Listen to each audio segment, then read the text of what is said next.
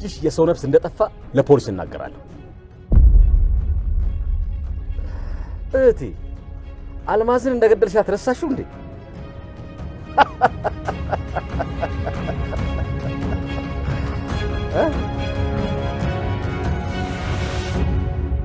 አንቺ ልጄን ትመቻታለሽ? ማን አባሽ ስለሆንሽ ነው ልጄን የምትመቻት? ማነሽ አንቺ? ምንድን ነሽ? ልቀቂኝ! ታክሲ ነው ልዛ ልቀቂኝ!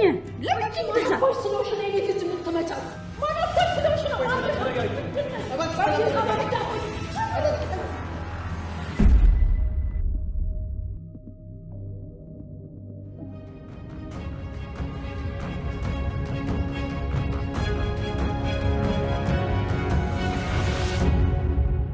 ምን ሆነሻል? ይሄን ያክል የሚያስደነግጥ ነገር ነው እንዴ ተናገርኩት? ወይዘሮ ሀረግ ደግሞ እውነቷን ያወራችው። አይ አልደነገጥኩም፣ ግን እኔን ሳታማክሪኝ እንደዚህ አይነት ውሳኔ መወሰንሽ ትንሽ ገርሞኝ ነው። ቆይ እኔ እዚህ ቤት ስለሚደረገው ነገር የማወቅ መብት የለኝም እንዴ?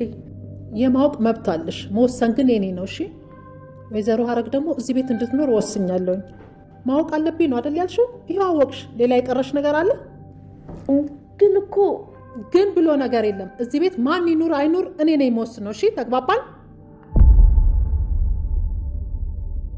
ወይዘሮ ሀረግ ትንሽ ራሴን አመመኝ፣ ንዴቱ ነው መሰለኝ። ልረፍበት፣ ስነሳ በደንብ እናወራለን። እሺ እሺ ወይዘሮ ሰላም ረፍት አርጊ።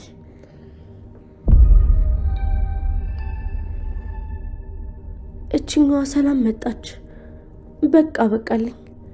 ሳሚ ደውሎ ሲነግራት የነበረችው አይነት ሰው እየሆነች ነው ያለችው። እሷ ደግሞ በጣም ተጠራጣሪ፣ ኃይለኛ፣ ደረቅ ሴት ናት። ሰላም እንደዛ ሆና አይቻት አላቅም። አሁንም ተመልሳ እንደዛ ከሆነች አበቃልኝ። በዛ ላይ እብድና ኃይለኛዋም እናቴም አለች። በቃ ለሁለት ህይወቴን ሲኦል ነው የሚያደርጉት። እኔ ግን መቼ ነው ከችግር ተላቅቄ ሰላማዊ ህይወት የምኖረው?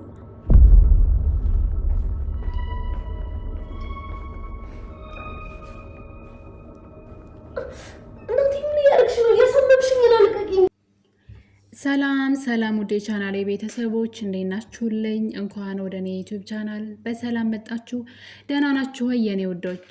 እንግዲህ በአደራ ድራማ በክፍል 62 ላይ እስከ ዛሬ ድረስ ስንፈራው የነበረው ነገር አቶ በኃይሉ ማለት ነው የቀረውን መሳሪያ በመጨረሻ መጠቀም ጀምሯል። እንደምታውቁት እንግዲህ ወይዘሮ ሰላም አልማዝን እንደገደለቻት ነው የምታውቀው። በእርግጥ ትንሽ ግራ የሚያጋባ ነገር አለው። እሷ እንደሞተች እያወቀች በሰላም መኖሯና ይህን ነገር ሴትዋ እንደሞተች ልታስታውስ ባለመቻሏ እስከዛሬ ድረስ ቢያስገርመኝም፣ ነገር ግን አቶ በኃይሉ ቀን ጠብቆ እንግዲህ ይህን ነገር እየተጠቀመበት ይገኛል። ሴትዋ በሞተች ሰዓት አቶ በኃይሉ ማንም ሰው ሳያውቅ እንቅበራት ብሎ እንግዲህ አውጥቶ ወስዷታል ማለት ነው። በእርግጥ ሴትዋ አልሞተችም። እንግዲህ ቃልን ሬሳው እንዳይሸት ሽቶ ቀቢ ተብላ ወደ መኝታ ቤት በሄደች ሰዓት ነበረ ሴትዋ በህይወት ነበረች። እነሱ ገንዘዋት አፍነዋት ነበረ በሚገርም ሁኔታ እና እንግዲህ ቃል ሽቶ ለመቀባት ስትሞክር ነው የተንቀሳቀሰችውና በሰዓቱ ሴትዋ ራሷን ስታ ነበረ። ስለዚህ ከሰዓታት በኋላ ትነቃለች። ይህን ነገር ግን በኃይሉ ወዲያው እንግዲህ ሴትዋ መዳኗን ሲያውቅ ወይም ደግሞ በህይወት መኖሯን ሲያውቅ ማለት ነው እንዴት አድርጎ ይህን ነገር ሰላምን ማስፈራሪያ እንደሚያደርገው አሰበ እና ሴትዋ እንደ ሞቶች ታስመስሎ ለሰላም ማለት ነው እንደነበረ መልሰው ገንዘዋት ምናምን እንግዲህ ሙታለች እንቅበራት ብሎ መኪና መጥቶ ይዟት ሄዷል። ሰላም የምታውቀው ያች ሴትዋ እንደሞተች ነው። እንግዲህ በሰዓቱም ሰላም የአእምሮ መታወክ ገጥሟት ሕክምና ውስጥ ነበረች ለብዙ ጊዜ ማለት ነው። ነገር ግን ከዛ በኋላ ከወጣች በኋላ ስለዚህ ነገር ማለቴ አንዳንዴ ድራማ ላይ የምናያቸው ነገሮች በጣም ነው የሚያስገርሙኝ።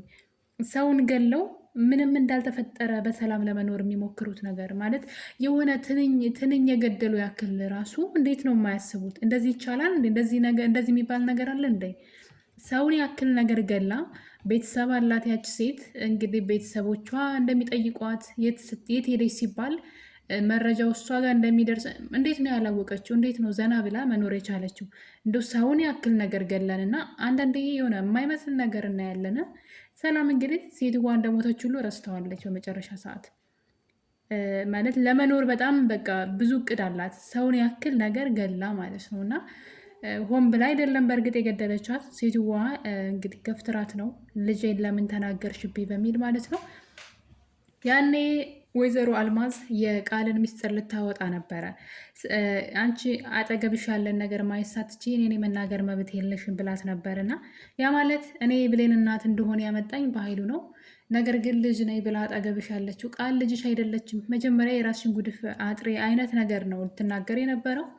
በዛ የተነሳ እንግዲህ ቃል ሴትዋን በጥፊ መታቻት። ነገሩን ለማስረሳት አስቡ እንግዲህ በትልቅ ሰው ናት ምንም ቢሆንና ሴትዋን በጥፊ ነበር የመታቻት። በዛ የተናዳ ነው እንግዲህ እሷ ደግሞ ከአንቺም ብሶ እንዴት እኔን ብላ ልጅቷን ለመማታት ትሞክራለች። ሰላም ገፍትራት፣ ዳግም ደግሞ በደም ቼክ ሳያደርጋት ሙታለች ብሎ ለአቶ በኃይሉ መጠቀሚያ ሆናለች።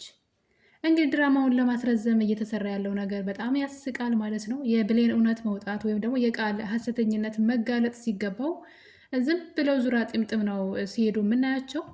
እና እንግዲህ የቃል እናት ወደዛ ቤት ተመልሳ ሄዳለች። በባለፈው ክፍል ላይ ካያችሁ ስለ ቃልና ስለ አንቺ ስለ እኔ የምነግረሽ ነገር አለኝ እያለች ለሰላም የሁላችንም ልብ አቁመው ነበረ ያቆሙት ድራማውን። እና እንግዲህ ዛሬ ግን ምንድን ነው እኔ እናቷ ነኝ፣ አንቺ ደግሞ አታላሻለች፣ ዲኤንኤን ውጤቱን እንደዚህ ቀይራለች ብላ በግልጽ ከመናገር ይልቅ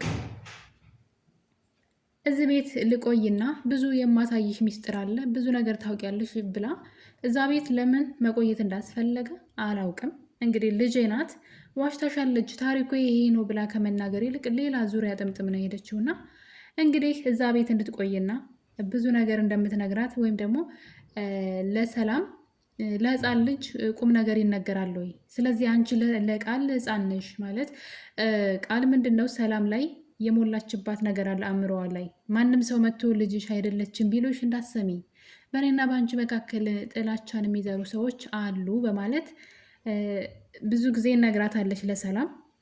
የመጀመሪያው የዲኤንኤን ምርመራ ሲደረግ ራሱ ታፍሪበታለች በዚህ ስራሽ ሰላም፣ ያኔ ልጄ ብትኝ ራሱ አልሰማሽም፣ እንደ ሞትኩኝ ቁጠሪው ካሁኑ ይህን ስታደርጊ ብላ ሰላምን አስጠንቅቃት ነበር ቃል።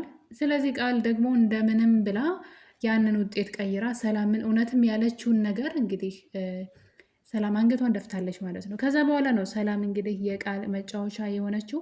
ታዲያ እንግዲህ ማንም ሰው ምንም ቢልሽ የባለፈው አይነት ነገር እንዳይፈጠር እንዳትሰሚ ብላታለች። ለዛ ነው የቃል እናት አሁን ላይ ቃል ልጅሽ አይደለችም ብዬ ብነግረሽ አንቺ ለእሷ እንደ ህፃን ነሽ ማለት በእሷ ቁጥጥር ውስጥ ነው ያለው አእምሮሽ እና እኔን አትረጅኝም አይነት ነገር ነው። ለህፃን ልጅ ቁም ነገር አይነገርም። ምንም ነገር ብልሽ አሁን ላይ አታምነኝም፣ ነገር ግን እዚህ በቆየ ቁጥር ነገሮቹ እየተጋለጡልሽ ይሄዳሉ በማለት የቃል እናት ሰላም ቤት መኖርን ቀጥላለች። በኃይሉ ደግሞ እንግዲህ የቃልን ሀሰተኝነት ምክንያቱም ቃል በቁሙ ነው እንግዲህ የቀበረችው። እውነት ለመናገር በጣም ነው እዚህ ጋር ቃል የተመቸችኝ። በቃ ይመቻት፣ በጣም ጎበዝ ናት ማለት ነው። ሰው ላሰበው ነገር ጥግ ድረስ መጋፈጥ ማለት ልክ እንደ ቃል ነው። ምንም የምሰራው ነገር መጥፎ ቢሆን ስህተት ብትሆን፣ ነገር ግን ደግሞ በቃ ይህን ነገር ለመስራት ተነስታለች። ስለዚህ በዙሪያው ያሉ ሰዎችን እንዴት አድርጋ እንደምታስወግድ ነው የምታስበው። ልክ ወደ ገንዘቡ መቅረብ እንደጀመረች ስታስብ ልክ ገንዘቡ ጋር ወይም ደግሞ የሰላም ነገር ልክ የተመቻቸ ሲመስላት አጠገቡ ያሉ ሰዎችን ትከዳቸዋለች። በጣም ነው የምታስገርመኝ እኔ የእሷ ልጅ ነገር ማለት ነው። ያው ለጥሩ ነገር የዚህን ያክል ርቀት መሄድ እንዳለብን ነው የሚሰማኝ። እሷ እንግዲህ ልክ ነው ላለችው ነገር ለመጥፎ ነገርም ቢሆን ትክክል ነኝ ብላ ላሰበችው ነገር እንደዚህ ትታገላለች አይደለም። ስለዚህ ሁላችንም ለጥሩ ነገር እንደዚህ መታገል እንዳለብን እስከ መጨረሻው እንጥፍጣፊ ጉልበት እስኪቀረን ድረስ መታገል አለብን ማለት ነው፣ ደግሞ መታገስ አለብን። እና እንግዲህ የቃልና የበኃይሉ ነገር አሁን ላይ ይህን ስራ ለመስራት ሲያስቡ ብዙ ነበሩ። ካያችሁ ሳሚ አለ፣ ቃል አለች፣ አቶ በኃይሉ አለ። ታዲያ እንግዲህ ከዛ በኋላም አልማዝ መታለች በህይወታቸው ውስጥ ይህን ነገር ለማሳካት የሰላምን የሆነ ነገር ሁሉ ለመውሰድ ዙሪያዋን ከበዋት ነበረ። ሌላው ቀርቶ ሳሚ ሳይቀር 100 ሺህ ብር ከሷ ወስዷል። እንግዲህ ለአልማዝ ብሎ 200 ሺህ ብር አልማዝ ጠይቃ፣ እሱ ግን 300 ሺህ ብር ከሰላም ተቀብሏታል። ያው ብዙ ነገር እያገዛት ስለሆነ ምንም ማለት አይደለም። ግን ያው በስርቆት መልኩ ነው የወሰደው፣ በትክክለኛው መንገድ አልወሰደም። እና እንግዲህ ይሄ ነገር በዚህ እያለ ቃል ግን ከመጀመሪያው ጀምሮ እንግዲህ እቅዷ ልክ ወደ ሰላም ልጅነት ወይም ደግሞ ሰላም ንብረቶቿን ወደ ስሟ ማዞር ስትጀምርና የልጅነት ወራሽነትን ልትሰጣት ስትሞክር ነው እንግዲህ ተንኮል የጀመረችው። ያኔ እንግዲህ ከዚህ በኋላ ልጁኜ የእሷ ልጅ ከሆንኩኝ ማንም ምንም ማድረግ አይችልም።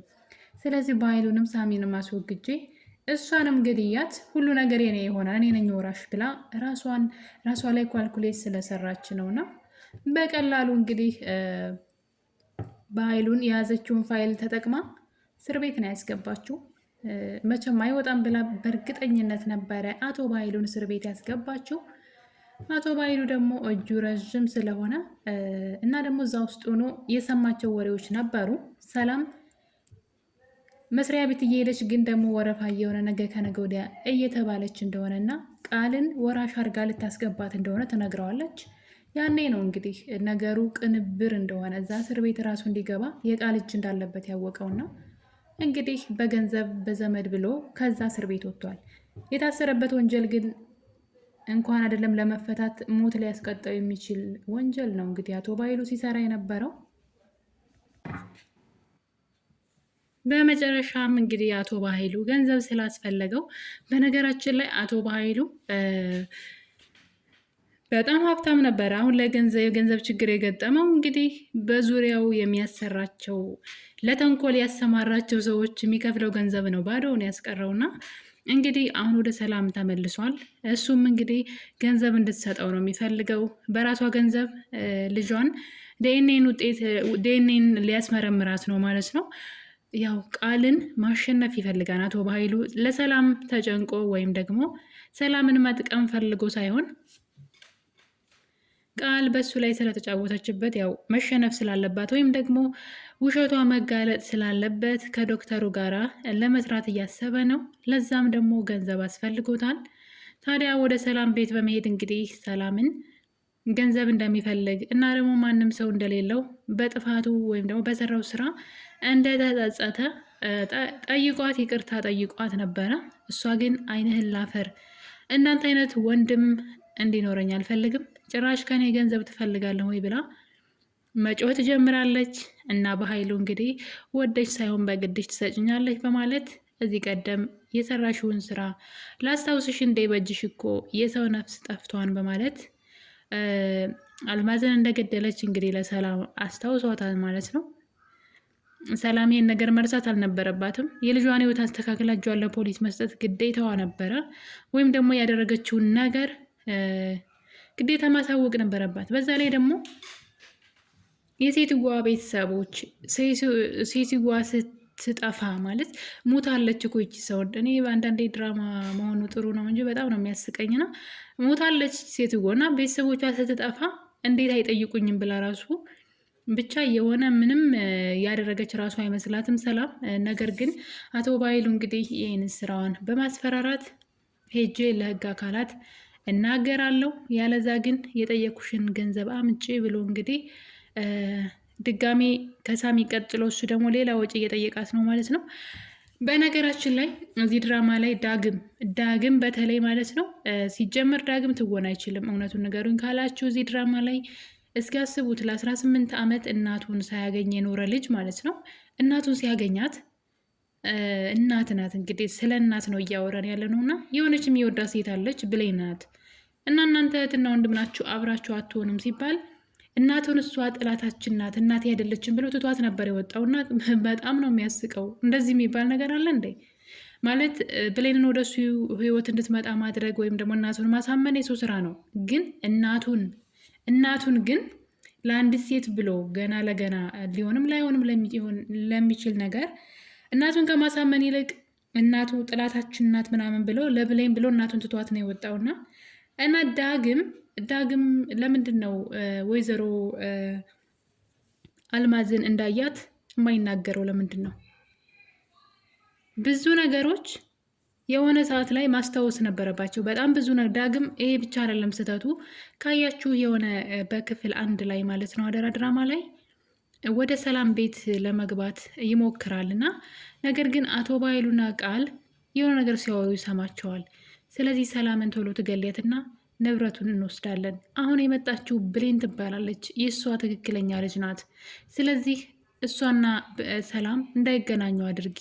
የሚገናኙ ከሆነ ታሪካቸውን ያኔ ላይክ ምንድን ነው አብረው ባወረው ቁጥር ማለት ነው ታሪካቸውን ሲገጣጠም እናትና ልጅ መሆናቸው ሊያውቁ ይችላሉ። ስለዚህ እንዳያወሩ ጠብቂያቸው። አሁን ሰራተኛ ሆና የመጣችው ብሌን የሰላም ትክክለኛ ልጇ ናት በማለት ሰላምን ደግሞ በዚህ መርዝ ግዳያት ብሎ ይናገራል አቶ በኃይሉ። እሷም እንግዲህ በዛን ሰዓት ገና ከጎዳና ኑሯ ጥሩ አልነበረም እና ቃል ያን ህይወት በጣም ነው የምትጠለው። ያን በድህነት ነው የኖረችው እና ያን አጋጣሚ ስላገኘች እና ገንዘብ የምታገኝበት ጊዜ ስለሆነ እሺ ስትለው እያየን ነው። ታዲያ ይህን ነገር ዳግም ተደብቆ አዳመጣቸውና ከሰዓታት በኋላ ግን ቃል ለሰላም መርዝ ምግብ ጨምራ ትሰጣታለች። በዛ የተነሳ ብሌን ደግሞ ስላየች ምግቡን ሰላም እንዳትበላው ውሃ ስትደፋበት፣ ሰላም ግን በእጇ አጋጣሚ የያዘችው ነበር ልትጎርስና እሱን ልትጎርስ ስትል ለእኔ አጉርሺ ብላ እሷን ለማዳን ብላ ያንን መርዝ ያለውን ምግብ በአፏ ይዛ ትወጣለች። ለመጥፋት ነው የወጣችው እና ዳግም ያያታል። ለመጀመሪያ ቀን ያያት ማነው ስምሽ ማለት ስሜ ብሌን እባላለሁ አለችው። እና ይህን ታሪክ እንዴት ነው ማስታወስ ያልቻለው? ሰራተኛ ሆና የመጣችው እሷ የሰላም ትክክለኛ ልጅ ናት። ስለዚህ ሰላምና ብሌን እንዳይገናኙ አድርግ የሚለውን ነገር ለምንድን ነው የረሳው? ስንት ጊዜ ብሌን እያለቀሰች ስለ እናቴ ማወቅ እፈልጋለሁ እያለችው፣ እሱ ግን እኔ ግን እንደዚህ አይነት ነገር ሰምቼ ነበር ለምንድን ነው ያላለው? እሱ ሲገርመኝ አሁን ደግሞ አልማዝን በአካል አግኝቷታል።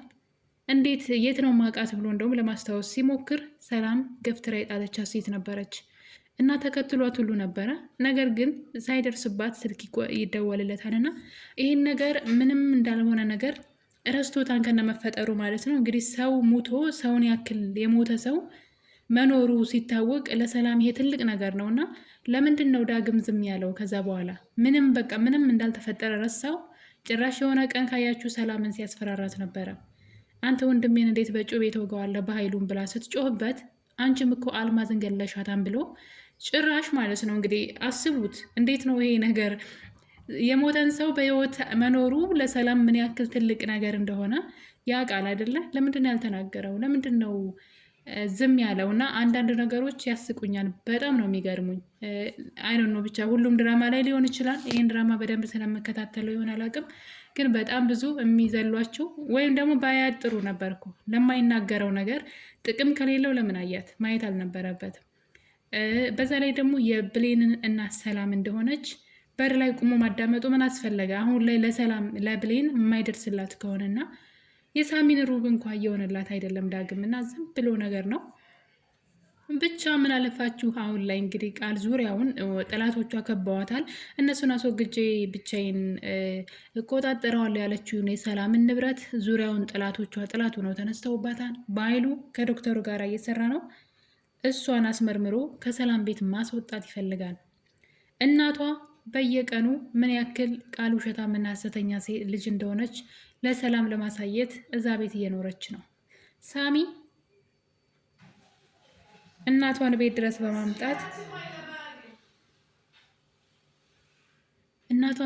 በማምጣት እንግዲህ እውነቱ እንዲጋለጥ እያደረገ ነው። በቀጣይ ክፍል እንግዲህ ቃል ያለቀላት ይመስለኛል። ሰላምም አሁን ላይ በደንብ የነቃች ይመስለኛል። ውድ ቤተሰቦቼ የዛሬው ክፍል ይህን ይመስል ነበር። ባይ ባይ።